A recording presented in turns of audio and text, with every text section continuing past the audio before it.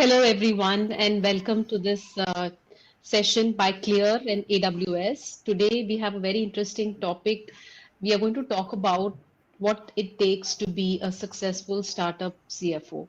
Now, with me, there are some bright and successful startup CEOs, and we have them here today to discuss more about tax compliance, to talk about what is the importance of compliance as startups are very focused on growth and very consumer driven businesses. And so we have a variety of panelists today, and I'm just going to briefly introduce them, and then we'll take it from there. So with me is Mr. Ashish Jain. He's the CFO at LoanTap. Welcome, Ashish. Thank you for taking out time to join us. And you've been part of the BFSI ecosystem, and I'm sure that itself is quite regulated. So it'll be interesting to hear your perspectives around it. Also with me is Piyush Tiwari. He's the head of finance at Hotel Logics. Piyush, welcome, and thank you so much for joining us. Looking forward to interacting with you during the session. With me is Abhay Batra. Abhay is the CFO at Purple Panda Fashions Private Limited. Clovia is what it is called. Abhay, thank you so much for joining in. And I saw in your profile it says you've worked across 15 countries. I mean, is that during your, Well, audit days, or like how is that? no, I mean, first of all, thank you for having me and pleasure to be part of this group. I think it was a typo, Preeti. It meant ops across 15 countries. So All my right, last organization, I used to do group consolidations, right. and the group was based out of Switzerland. So yeah. Okay.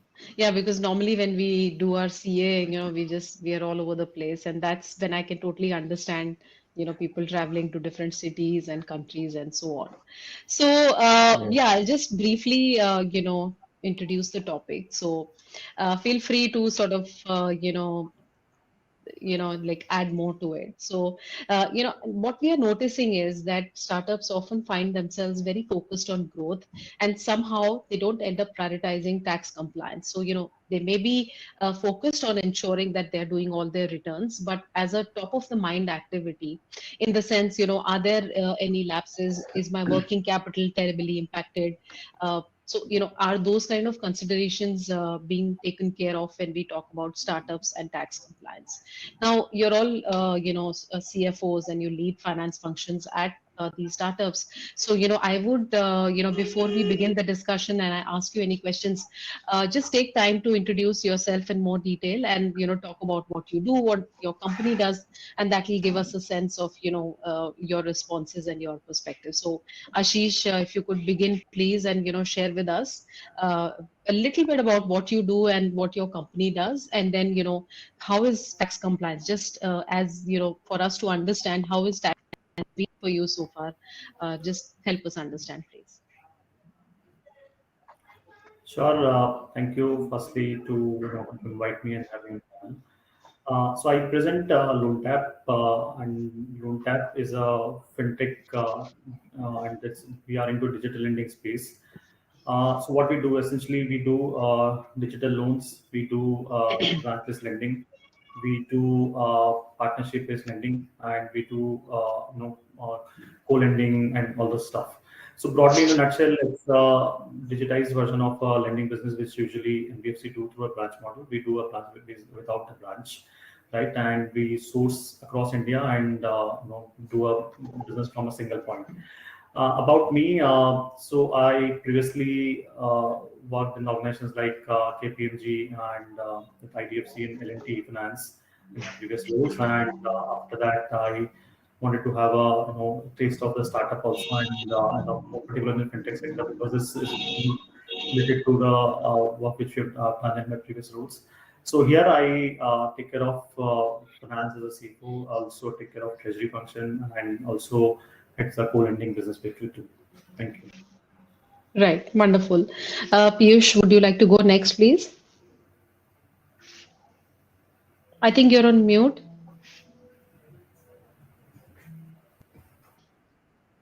Yes. So, hello everyone. I am Piyush Tiwari. I am basically from born and brought up in Lucknow, and I'm a chartered accountant and a cost accountant. And I worked across government organization in the Institute of Chartered Accountants, then Ernst and Young, then Genpact, KPMG, EY, and then SOTC, which is earlier called CUNY, for a longer period of time. From last 4.5 years, I am working in a startup called Hotologics Private Limited, and this is basically a SaaS company. SaaS means software as a service. So Right. we have a hotel property management system, which is subscription based, and that can be integrated backward and forward. Backward means from online travel agents, global distribution system, etc. And frontline means your accounting system. So this is the software end to end where hotel runs. Whenever you go to any Right. hotel, you see a screen in front of receptionist where the entire inventory is lying. So that page is basically Hotologics. So any Got company it. can subscribe, take a plan, create their inventory, and use this software. This has multiple functionality, and the specialty is that this is cloud-based. So 70% post-COVID, it is 80%, and pre-COVID, it was almost 60% businesses coming from outside India. And the core market is small and medium hotels, 4 to 70 rooms, or Right. hotel consolidators like Oyo, Tribo, which have small properties, but they are consolidating in a platform. They have 400, 500 properties. So those are the key customers here in Hotologics. And Got it. I'm looking after the entire finance function. And the company started in 2008, and I joined in 2017 as a first head of finance in the company. Oh, So okay. whatever you have written in the problems, all those things were present in the system. And Right. my job was to clean up the space like Amitabh Bachchan. So it Okay. has taken a lot of time and energy, but now things are pretty much in shape. Right. Wonderful. I think it'll be valuable to hear your perspectives around, some of those questions. Abhay, please go next. Help us understand what exactly you do. Yeah, I will try and keep it short. And I'm in the sexy business. I represent Clovia, which we are a lingerie full stack lingerie company, and we are a brand, so we sell anywhere, everywhere possible. Although we are a technology company before a lingerie company, so we are predominantly online. My roles Right. here is apart from the usual functions of a CFO, secretary, finance, legal, etc. And the reason why I joined was that I wanted to be part of business. So I handle Sure. operations at Clovia, and I handled product quality, the real Okay. product that we make. And yeah, so Okay. that finance is a small minority part of my time here at Clovia. Prior to this, I was with a company called MMTC, which was a gold and silver Right. refinery. Again, a Right. flamboyant, uh, sexy business again. So, and yeah, a chartered accountant from Delhi.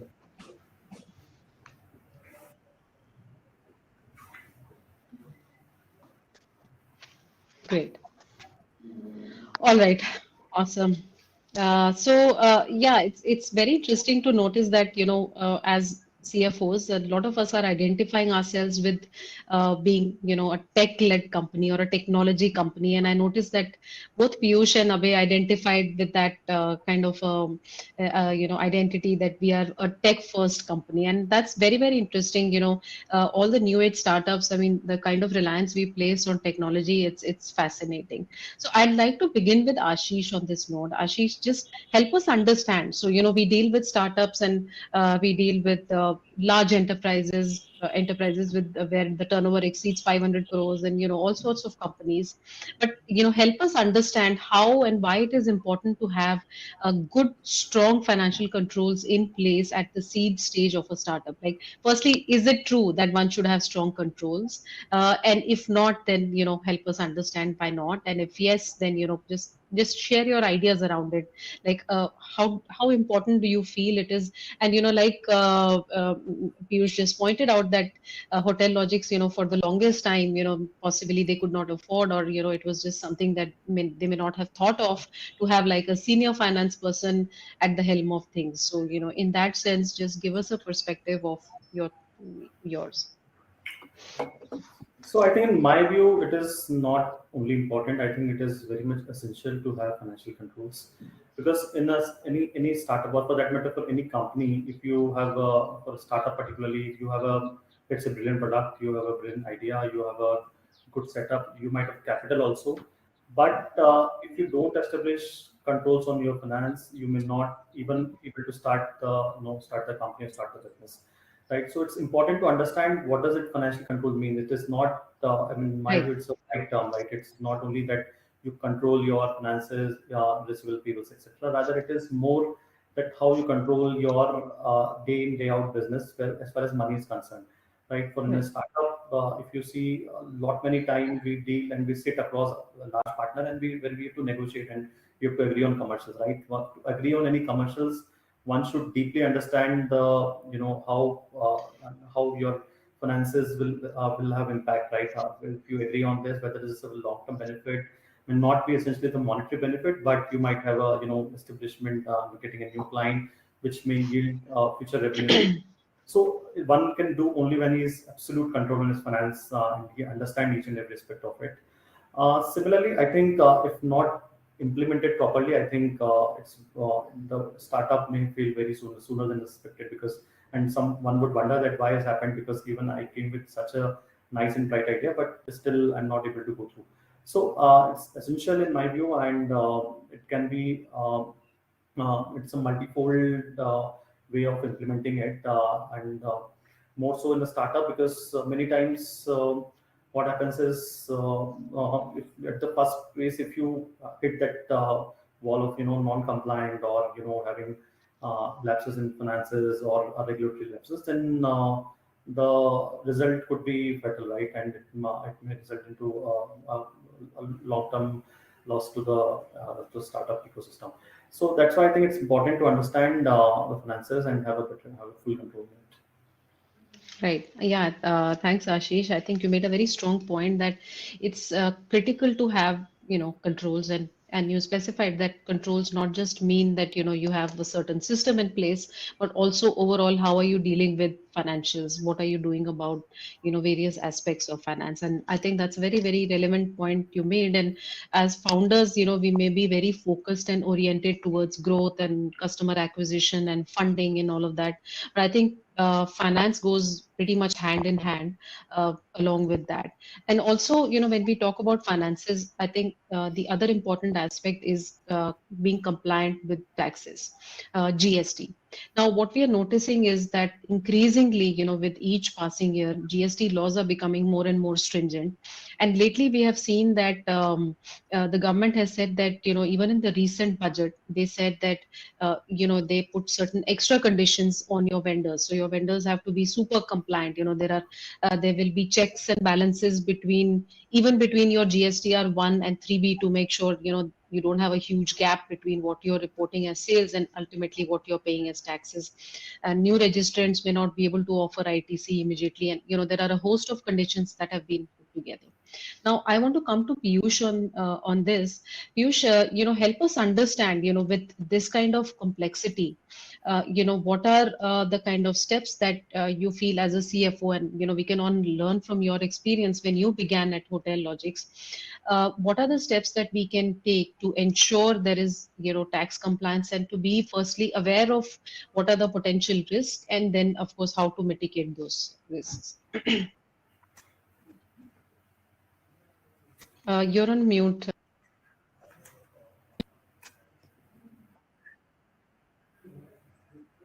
Into compliance, just let me give you a brief idea on the state of affairs in a startup. So I joined from a startup after 15, 16 years of work in very large corporates.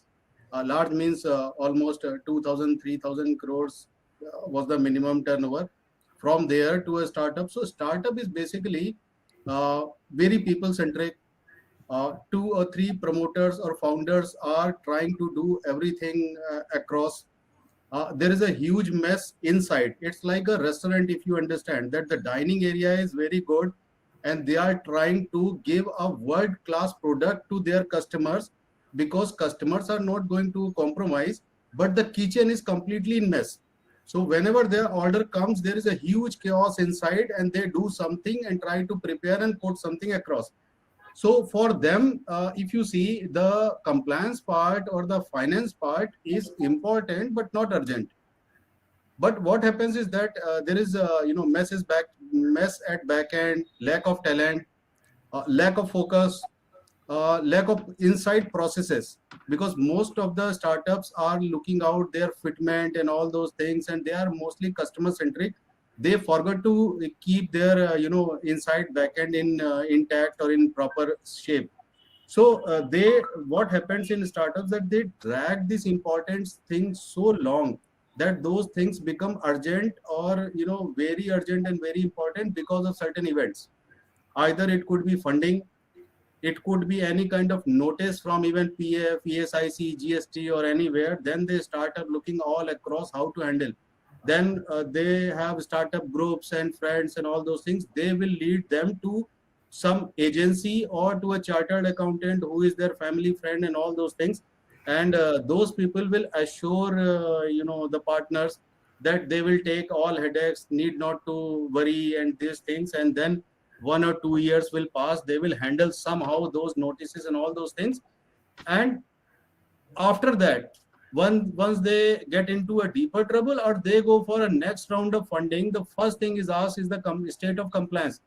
Because I tell you, other things like your billing is not proper, so you are losing money on customers and all those things, these are internal and can be fixed.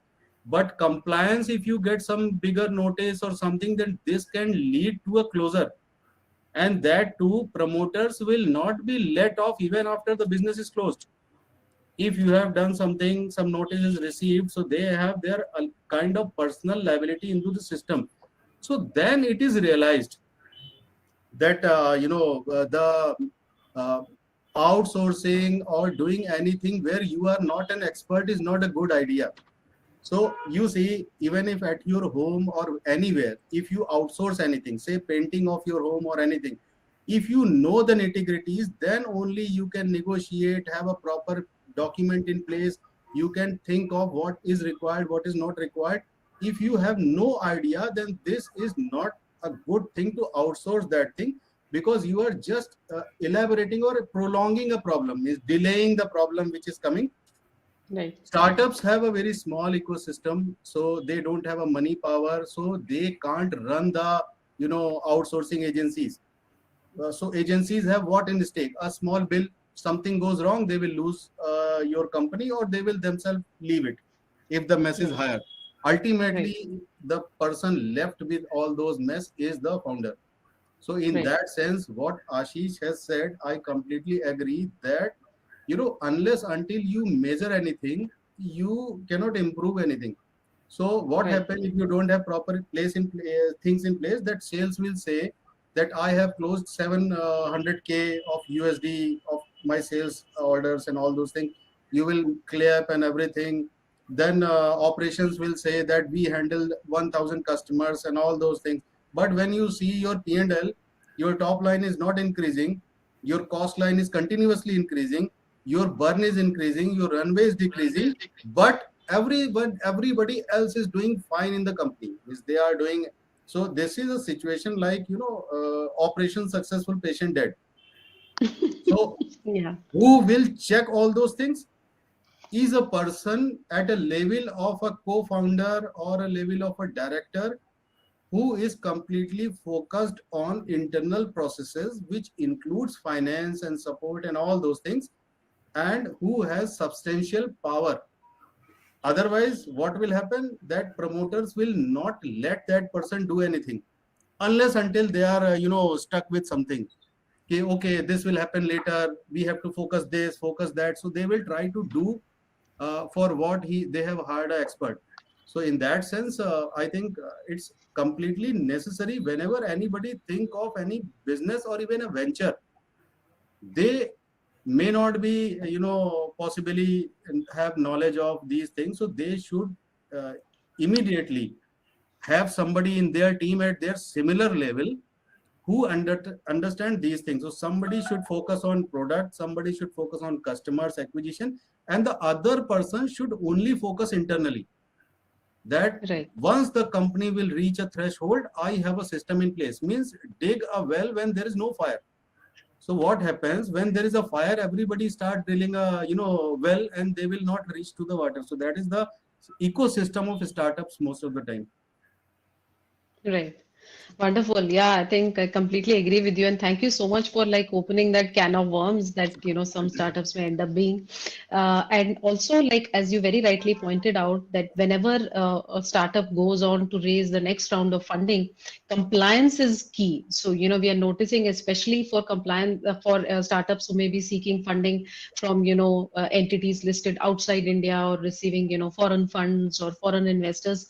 For them, compliance is so critical, that they may take a, like an undertaking that, all everything is in place and there are no extreme notices and, something grossly wrong with the business. And I also completely agree with your analogy of a restaurant that, on the outside it may look so well polished and well presented, but on the inside, it may be so complicated and so messed up that they may lose focus on, what are the main key areas of compliance that they should focus on. Abhay, would you like to please chime in on this aspect and, share your experience? Would you agree with this kind of an understanding that compliance is super important, no matter how big or small you are as a company? And then, share with us, like, is this what you're also observing, that, there's a lot that needs to be cleaned up in startups? First of all, beautifully explained by Piyush, and well noted what Ashish also mentioned.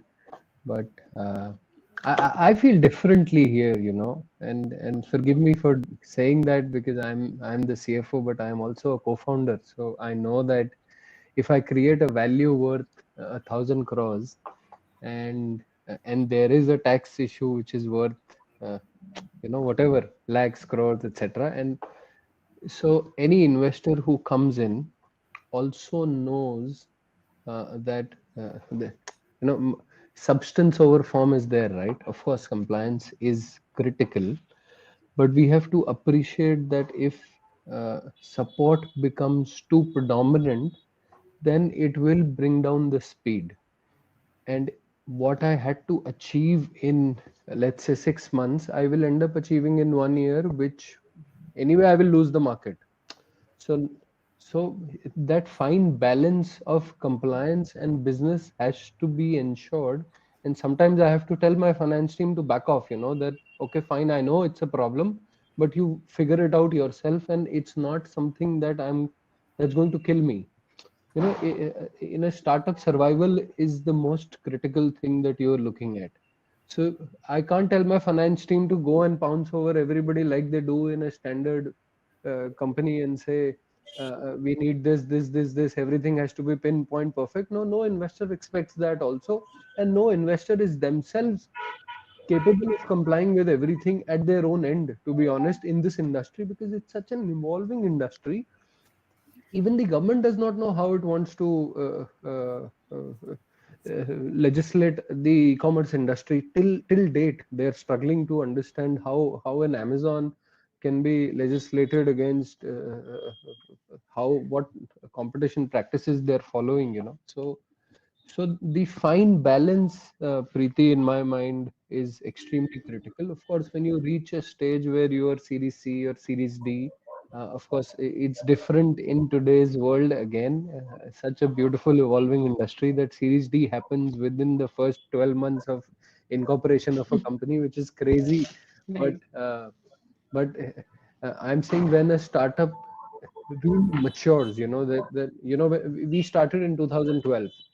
So today we are a 250 crore company, and we are a product led company. So it takes time to build, etc. We are not an online SaaS, which is much less ops at the back end. We are ops heavy. So It takes time, and hence I Right. say when you reach a Series C stage, Series D stage, you will automatically have the money, the budgets, the time to think about all of these things in a much nuanced way, as against when you're Right. trying to showcase to the market that I am a model that can work. That time I won't think about my GST filing. I would much rather explain to the investor that this works. So yeah. Okay, very interesting. Yeah, I think now we have some kind of an opposition. And now we're literally talking about speed against perfection, or and when we talk about perfection, we are talking about compliance. And yeah, so interesting ideas that you've put through there. Like, interestingly, I can see that as a co-founder, how focused you are on your customers or investors, and compliance may be taking a backseat. And interestingly, that you feel that in the early days it may be okay to be on, like, a slow paced compliance, or whatever, you just basic stuff you need to get by, and then maybe you can think And about that's it where the later. market So gap I would also lies. request. Sorry interrupting, but that's where the market gap No for worry. such consultants also lies, right? Like Piyush mentioned, a family friend will come and help you through some of these things. That's where a full stack accounting, compliance, etc. kind of a team comes into place, where somebody who knows the challenges going up. Hmm. Okay. All right. I think on this note, like, it's time we go back to Ashish and understand from him, and especially based on what Abhay said. What about compliance? What should be our approach, proactive or reactive? When we talk about addressing compliance issues, many a times, especially with GST, it's becoming more and more relevant to make sure that your compliance is, you are fully aware of where your risks are. So you are fully aware if your vendors are non-compliant, if they're not doing their tax returns on time, if they're not paying their taxes, then you need to be sort of proactively ensuring that they are doing their whatever is required of them, so that your ITC is not blocked. So help us understand your thoughts around that, and also what are the some of the ways that you may have utilized to proactively cover your risks. So it may be related to GST, it may be related to a couple of other things, but help us understand if you've put in any controls to make sure proactively your risk is protected. So I think Piyush already enlightened us that risk has to be addressed and well has to be dig when there is no fire, right? So it is no option, but risk has to be managed proactively. Risk, if not managed proactively, of course, it will become issue or a challenge, right? So there is no choice to do a reactive risk management. But I think at the same time, it's important to understand the risk, whether it's firstly to whether the risk exists, and if it exists, what kind of risk this, and what could be the implication. Because the risk is not a it's not a menu card, right? It does not like appeal to everyone. Risk could be different for a different industry, different level of players, right? For example, I mean, I'm just if you talk about simple example, if you ask if investing in equity market is risky, I think answer is yes. But is it equally risky in all scripts, or is it equally risky for all type of investors? I think it's no, right? So one is to assess what kind of risk it Right. applies, understand it, and first find out what needs to be done on that. So if that is done, I think large part is addressed. Then it's putting the mitigation tools and how to address it. I think it's relatively easy, I would say, because once you understand risk properly. Coming to some of the risks which we address on the tax side, I think I will not be specific, but largely now that regulatory wise it's well tracked. I mean, even if you try to skip something, I think there is no way left by any of the regulator to skip anything. So whether it is addressed at the first place and on the taxation side also, I think most of the information is automated. You get to know everything and from the third party sources, right? So even if you don't have control, if you don't have built something, for example, GST compliances, there's a 3 to 4 way checks which are happening, right? And you don't get through unless you pass all the checks, right? And those kind of checks are built by the government. So I think it's important to remain fully compliant at each stage, whether you are a startup or whether you are established company. It should go hand in hand. I think, like we mentioned, this is important, but I think it should go hand in hand, because you never know when a small lapse or small thing becomes big, right? And when you come to and when you're about to do something big, it may come your way. So I think it's important to take it hand in hand and identify risk at the first place. Right. Yeah, I completely agree with you that it's very important that you assess your risk and you have full understanding of, what potential risk maybe you may be sitting on, and then make an effort to mitigate that risk. And also, as you very rightly said, that, you may be small and you may be assuming a certain risk to be, non-important and non-critical, but it may sort of enlarge itself at a later point in time. So, yeah, that could cause a lot of trouble. Piyush, coming to you on this, so, with your journey at Hotel Logics and your vast experience, like, help us understand how one can understand the difference between, outsourcing your tax compliance or looking for solutions, tech solutions that you can, sort of incorporate along with your ERP, and, which you can utilize on top of your ERP. So, or you should outsource these kind of pieces. Like, what has your experience been? Please share your perspectives. Yeah, so before getting into that, just I need to say something on what Abhay said. What he is saying or what he is doing is essentially required or thought of an entrepreneur. So they have to think in that way, otherwise the business will not survive, because this is a well-known saying, the saying that if you want to dump anything, just involve a finance person into that, and that idea will just wash away in terms of risk. But that is a saying. What I am saying is that whether it is a standard company, structured company, or whether it is a startup, the essential part is to create a team. So what I am saying is that Abhay need not to think of the entire compliances and all those things. Whether it is a trusted family friend or a co-founder or somebody who has certain stake and who think of only these things. You think of customer acquisition and all things, because I think you need to understand one thing, that driving license is a very small thing. You don't carry a driving license and you say, and this was the thinking before that notebandi in the entire entrepreneur community, that everything will be managed. But once that thing has happened, I don't know what impact that has created or not, but that has created a fear of compliance in all across. Reason being, you don't carry a driving license and you think that whenever you got caught, you will give 500 rupees, 200 rupees, 1,000 rupees to a person and you will get away.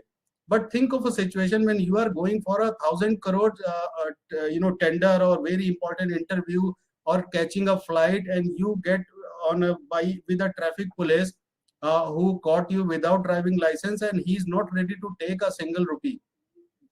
Then what will happen? Those 500, 1,000 rupees will lose you entire 1,000 crore. That situation is exactly similar, that every year we give, we purchase our this insurance for our car or term insurance for our life, and that goes wasted. But think of a person who died in COVID, or think of, so when it will come, you never know, or in which form it will come, you also never know. And the truth is always, beyond thinking and the fiction and whatever you can think of, it can be much more. And these notices are always compounded. It means that for say 17, 18, you get a notice. Then you will go for a case or claim or something in the commissioner appeals, then NCLT. But next year for 18, 19, you will get notice on similar issues, 19, 20, and this will continue until your 17, 18 got disposed of. So by the time your case will come on, you will get a 5 years notice and you will become a huge thing. Second thing is that most of the these startups are not in radar, not because government doesn't want, because the officers are not interested because of your size. The moment you become such a similar size in particular zone where you pop up on their radar, everybody will come on. From ESIC to fire insurance to everybody will come up and they line up and they start from environmental to GST. almost 80-85 laws are applicable on all organizations, which we are not even aware of. Even big organizations are not aware of. They are hiring EY and Deloitte to just make them compliant, because right now independent directors are equally penally liable. It means that liability is of two types. One is you will pay and you will leave. Second thing, you will pay and you will get imprisonment also. So all the funding, independent directors, everybody is now equally liable as promoters and everything. So everybody has a fear in the atmosphere. So this is one thing. So it's always ready to be prepared. Second thing is that these compliances, if you try to be compliant, then what will happen? Your back end will be always in shape. It means that your vendor masters, your customer masters, your accounting package, those things are developed in a way that you can generate a statement which can be filed as a TDS return or as a GST return or PF return or anything.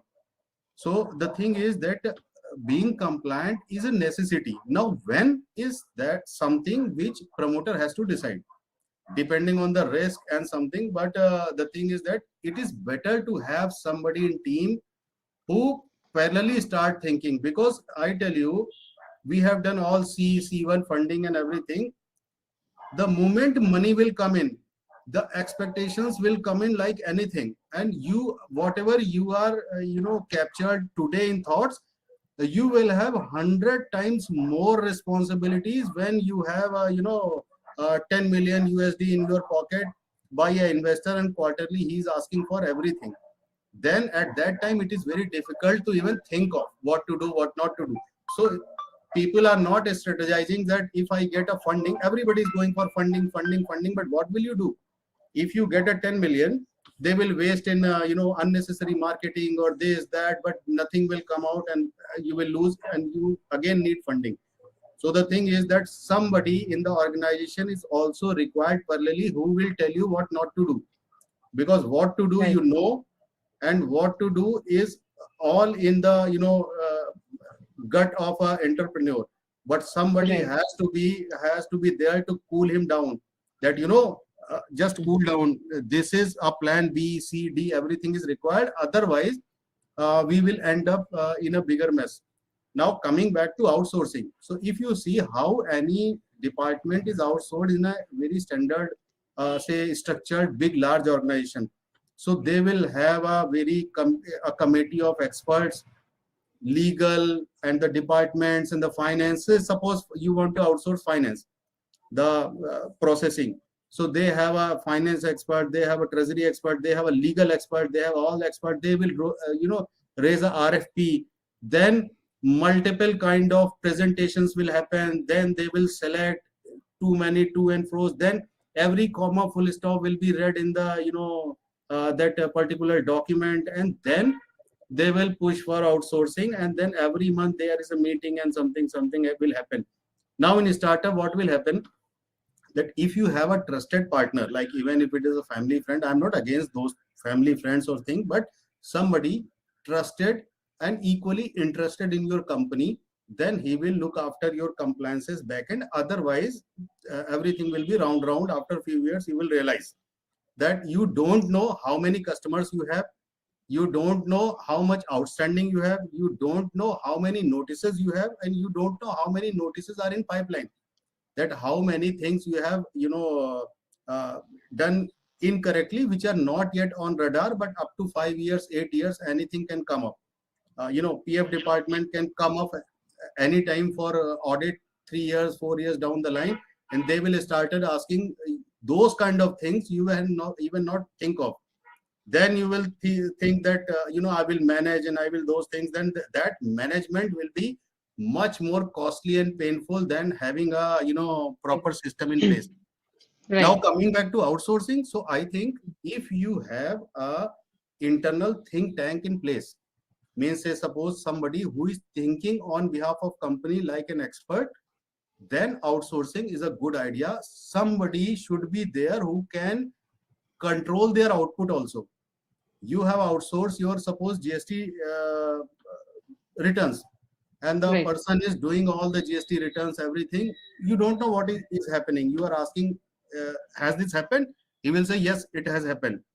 And after 2 years, 3 years, you will get a notice that your 3B and your 1B is having a 18 lakhs gap, or there is a export turnover. You have not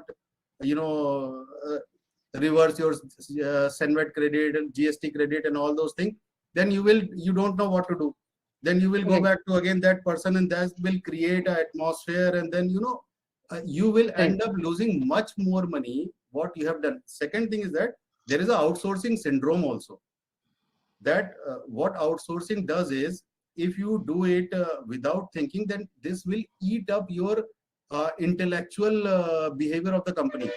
So back end is not improved.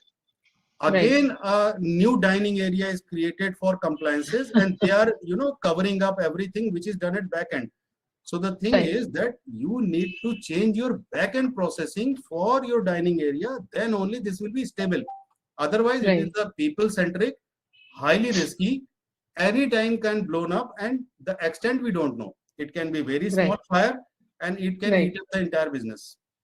Got it. Right. I think Piyush, that's something that a dose of it. I think everyone who's involved in startups must hear, and it is your thoughts against probably a founder's mindset, which is completely focused on growing the business, securing funding. And as you very rightly said, there might be notices. The business may grow or not grow, but notices may keep on growing without making any effort. So, they may grow, and they may reach other areas of your finances, and you may be in big trouble. So I think that's very nicely put, and some very valuable lessons for all of us to learn from. And also, as you rightly said, outsourcing may sound like the latest buzzword, but one needs to truly understand how much do they need it, and what is the loss. I think that's another interesting idea, is what is a loss in terms of your intellectual numbers, or your business idea, or whatever that may be going away because somebody else is crunching the numbers. So yeah, I think that's beautifully put. Abhay, coming to you, and I'm not going to ask you the same question, because we already know how you think, but tell us a little bit more about what kind of role does tax compliance play in terms of when investors come and do due diligence. How does it impact funding? Have you faced any kind of roadblocks because tax compliance was not in place? How do investors truly look at companies which maybe not so focused on being super compliant, and yet they're looking for funding? So what would like a good investor expect a company to do in terms of especially keeping a focus on compliances? Okay, so listen, first of all, ignorance of law is not an excuse. The first thing that is taught to us as chartered accountants. So, of course, I mean, there is no shortcut to compliance. But what I feel and what I've seen, and this is not something that I say out of a whimsical thought, but every and any marquee investor in the country or outside, and I have dealt with multiple of them, will even before investing 50 million, 100 million, 200 million, will not worry too much about the fact that you have a few GST notices. I'm being very candid, and uh, of course, nobody wants notices, nobody wants imprisonment. Like rightly said, there is a fire NOC.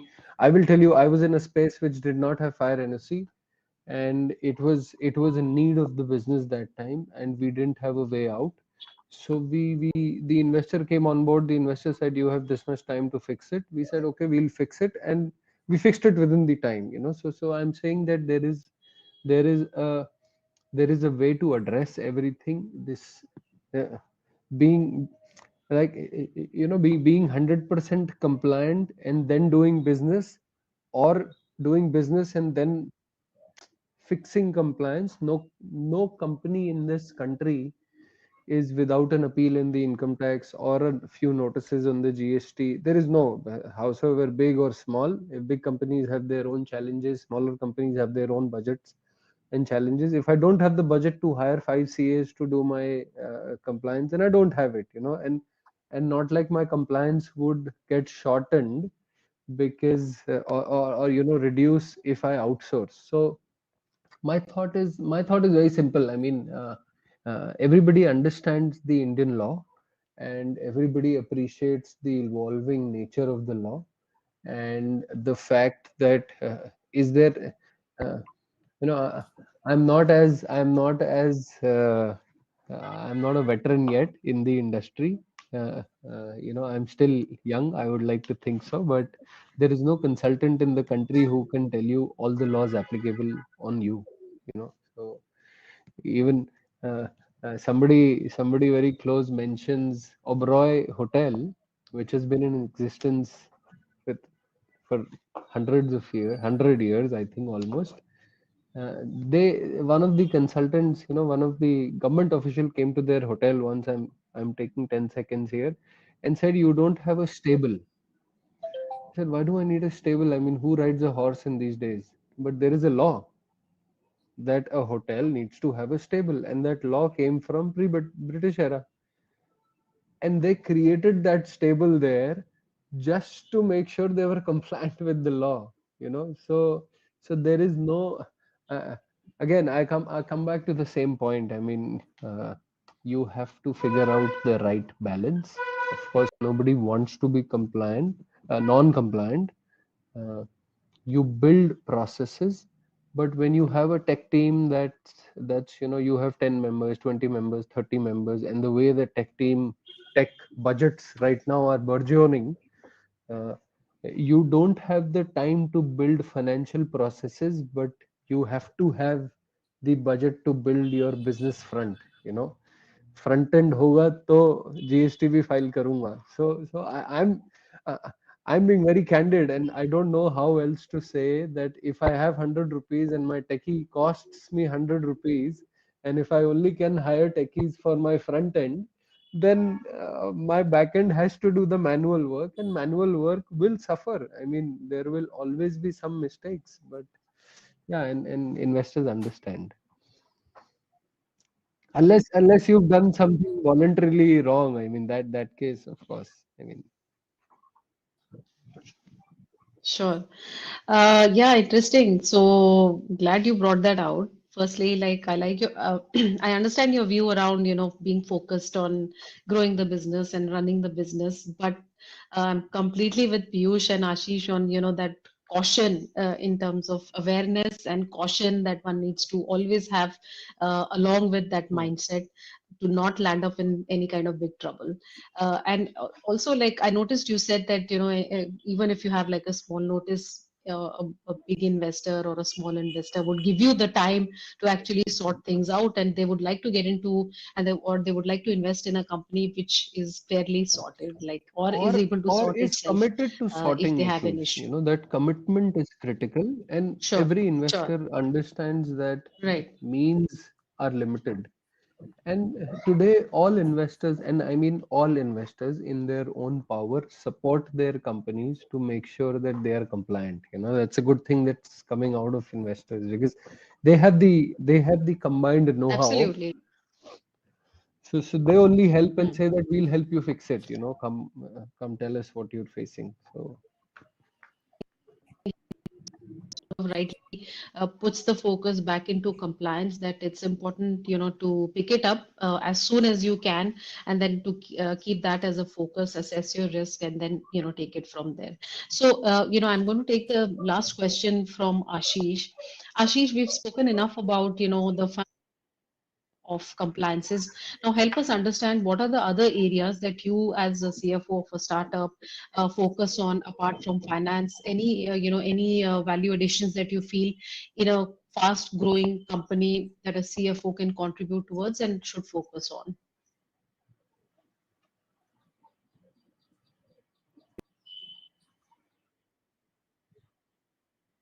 Right? Because what they can see beyond finances, I mean, how market is behaving, what competition is doing, right? How, like again, laws are evolving, right? It's not that CFO is only there and sitting and managing internal finances. This role is beyond that, because it's more of a external role, bringing the intelligence which exists outside, and coming and discussing, or taking it to founders and make them understand at some point in time that why this is important, and why something is crucial and something can be let go of, right? So that's the important judgment which CFO can bring in a startup ecosystem, because founders typically, like Abhi mentioned, to a large extent, our first focus would be to get the business and then parallelly run other aspect of it. But at the same time, a person who's looking on the internal matters has to enlighten the founders, or the persons who matters, is to at how you are perceived externally as well as internally. So to mention few, I think CFO role goes beyond to ensure that, like for example, in our kind of fintech ecosystem, how digitally, or how you are compliant for a digital laws, or for a security matters, with data transformation, storing, etc. So while it is maybe a role of a CTO, he may be ensuring it, but at a large aspect, because RBI also looked at it, on how your data privacy is maintained, how your Sure. customer information or permissions which you get from the apps is maintained and all. So CFO need to ensure on compliance on all this which surrounds business, because it will not be immediate financial impact, but if not addressed, it can have a larger impact on businesses. Right. Yeah, I think that's a great note to wind up our discussion, and um, it's wonderful to have all of you panelists here today to talk about bringing the importance back into startups, focusing on compliance, assessing your risk, managing your risk, mitigating it, and obviously not only the dining area, the kitchen also needs to be sorted. At least at some point in time, we need to go back to the kitchen and sort it out. So at this point, I would like to invite Sagar from Clear. He has a small presentation to make. We have been working on an interesting product, and it would be wonderful to present that to you and hear your inputs around it. So yeah, over to you, Sagar. Hi, thank you, Preeti. A very good evening to one and all. A quick introduction. I am part of the category business team, and I just thought of coming here and shedding more light on how Clear can help startups mitigate this risk that we spoke about at great length. How we can sort of be the canary in a coal mine and give you an early warning that okay, this is, and we'll do this for all historical data as well, right? We can see all of your data, and we built very powerful software using technology, and we'll tell you that okay, these are some early warnings. So while you have your own priorities, while you must continue to focus on running your businesses, these are three P0 action level items that you can immediately see. And these items, once you put your bandwidth of or you figure out a way to solve these, you are effectively mitigating risk, saving on penalties, saving your working capital. So that's the kind of impact that we can help startups get, and that directly affects your own productivity and aids your growth in the hyper scaling phase that all startups are in. Yeah. So with that background, I'd like to first uh, quickly spend a few minutes telling you about Clear, our journey. So a lot of you may know Clear as a website, right? Erstwhile ClearTax, we continue to be the content leader for all direct tax and indirect tax material. We started as a platform for helping individuals to file their personal tax returns. Then we launched a mutual fund investment product. And then 2017 was our demonetization moment, in which we launched an enterprise solution for basic compliance for GST. Since then, year on year, we've launched new and new products. As India saw e-invoicing, we launched a product for e-invoicing, e-way bill. Now we launched a new product that lets startups and large companies manage their entire ITC journey, block payments for vendors, and save a lot of working capital. So we have this suite of products on both direct and indirect tax side of things. Also, an advisory business in which we have 100 plus chartered accountants who have domain expertise and who can help every startup interpret the law appropriately in the context of their business. So yeah, that's pretty much about our journey. As of today, we've served more than 6 million consumers and around 3,000 enterprises that use our platform actively. Also, we have the privilege of having a large number of chartered accountants and associated with us and being partnered with the institute. We work very closely with the institute, their local chapters, and we do a lot of events in partnership with the institute. Just telling you about our scale. So we process over 300 billion worth of invoice GMV, and this invoice value GMV comes from our network of networks, because we to have that effect. Once a company comes on board ClearTax, they also recommend the Clear suite to their vendors, and consequently, acquisition of new customers becomes simpler for us, because networks refer ClearTax to their networks, and the GST pain is what we can solve for networks at a given point of time. That's what has essentially helped us to grow in such a short span. We raised a Series C very recently, which was backed by Stripe. The Series C round was for 75 million, and our overall raise to date is around 140 million. And I just sort of putting some logos here. So just to let everyone know that we are trusted by all the marquee names, startups, even right from initial startups to startups that are in the process of filing IPO applications, or maybe even already IPO'd. So around 20% of the startups already uses Clear, and we're also launching. We're also figuring out ways to support very very early stage startups, maybe a company that is yet to be incubated. So we're going to help them, and we're already helping them run their businesses, incubate their businesses, register for say a GST, IEC, and do their regular compliances such as payroll, TDS, etc., even as a service. And just to some numbers there, we're incorporating some 200 startups a month. So yeah, across the length and breadth, anything that a startup or a company may need, a scale up, a startup may need, across direct tax, indirect tax side, and everything is what we provide as well. This will be essentially the last slide in my presentation. I just wanted to let everyone know about the products, the technology products that we have, and then also there is a services layer in which we take up bespoke projects, and we work very closely with companies. So what you see here are essentially 9 different boxes, right? Every box highlights a product that we built to solve a particular pain point for startups, right? So let me just take you to the. I'll go one by one on each box. We'll spend less than a minute on every box, and then we'll end the session. So the first thing there you see is Clear Identity. Clear Identity is a module that lets companies verify their vendors, their customers. Because we're a GSP, we have APIs that can help you run the required KYC for your vendors. This becomes all the more important because of these new rules that have been announced. Just being present in your 2B is not enough. You need to make sure that the return was filed. So we'll help you fetch the all the GSTN details. We'll let you know if any of these GSTNs got cancelled, suspended, so that you can make sure your risk is mitigated. And for consumer startups, we can run the same logic to verify PANs of their customers, so that any applicable TDS 206 deductions can be handled properly by the startup. Similarly, some of the data can be used to augment lending decisions for fintechs and for companies that are in the lending space. The second product is Clear Capture. Clear Capture is a solution that helps in complete digitization of your invoices. So you may receive invoices in any form, right? It could be a PDF, it could be a paper, whatever.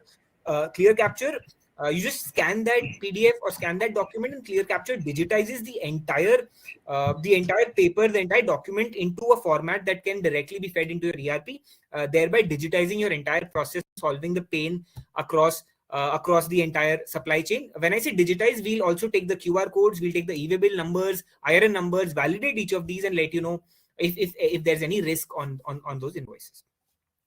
Next, we have Clear TDS. So ClearTax, there are 2 versions to this. You'll see a max version and a regular version. So the regular version helps you file your TDS returns in 100% automated way. We'll do an API integration with the ERPs, and millions of records can be processed with great ease. This is very relevant for say a crypto company now who needs to deduct TDS on every transaction. So TDS filing for them becomes super critical. And then the TDS Max is a more advanced version in which we'll do TDS rationalization. We'll reconcile your records with 26 AS. We'll help you deal with any notices or anything on the TDS side. Next, we have Clear Invoicing. This is our flagship e-invoicing product. one e-invoice or IRN takes 200 milliseconds to generate. We support 24/7 operations, and a lot of large businesses such as the JK Tire trusts Clear with making sure that their business is always on. Next would be Clear GST. GST is the first product that we built. It lets you file all tax returns right from G1 to G9. And then, on the GST product now, we've also built an ITC module which lets you know what all ITC is blocked. We'll tell you, we'll categorize your vendors basis the risk, and we'll tell you that, hey, these are the 10 high risk vendors. So you can choose to say block payments of these vendors, and we will automate that payment blocking with your ERP. So you just need to set a rule, right? Okay, for Sagar, always pay. So, and let's say I'm a critical vendor of yours. Let's say I supply tea to your office or whatever. So or I supply broadband to your office. So as a critical vendor, irrespective of any filing status, my payments will always be made. For person B, you can say that this is a high risk vendor. Don't pay unless the amount reflects in 2B. And only once that happens, only once the new rules are all checked, then will payments. Then first we'll only process the taxable amount, and later, once compliance has been once we're sure that this vendor is compliant, only then will the tax amounts be paid. So that's Clear GST, and our plus on that, the ITC management module. And the ninth product, the last box here, is about invoice discounting, in which we enable financing for the entire ecosystem using early payments and by using the existing government marketplaces. All of this is backed by an integrations layer. So no matter what product it is, no matter what ERP are you on, you may be on Tally, or you may be on a very sophisticated version of SAP, or maybe even a custom in-house built kind of an order management system plus ERP. We have in-house experts who can integrate with every ERP that exists.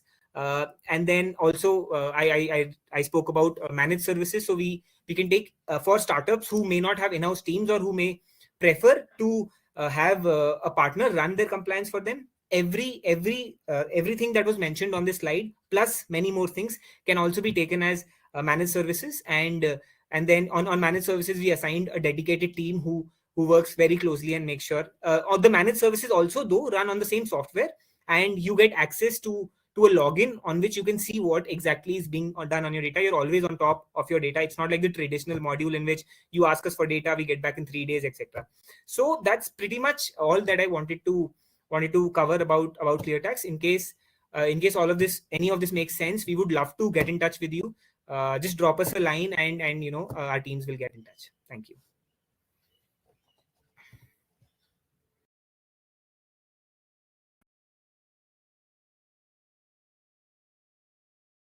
That was a wonderful recap of what we do. And we are always open to feedback. So I encourage not only the audience, but of course all the panelists to share their ideas and help us with what you would like to see in Clear's products. And you can get in touch with either me or Sagar, and we'd love to hear back from you. Yeah. All right. So that's it from us today. It's almost time. So thank you so much, everyone, for joining in, and keep looking out. We'll be doing more of these sessions, and would love to hear your feedback on this. Thank you, and goodbye. Thank you. Thanks. Thanks, Preeti. Thanks. Bye.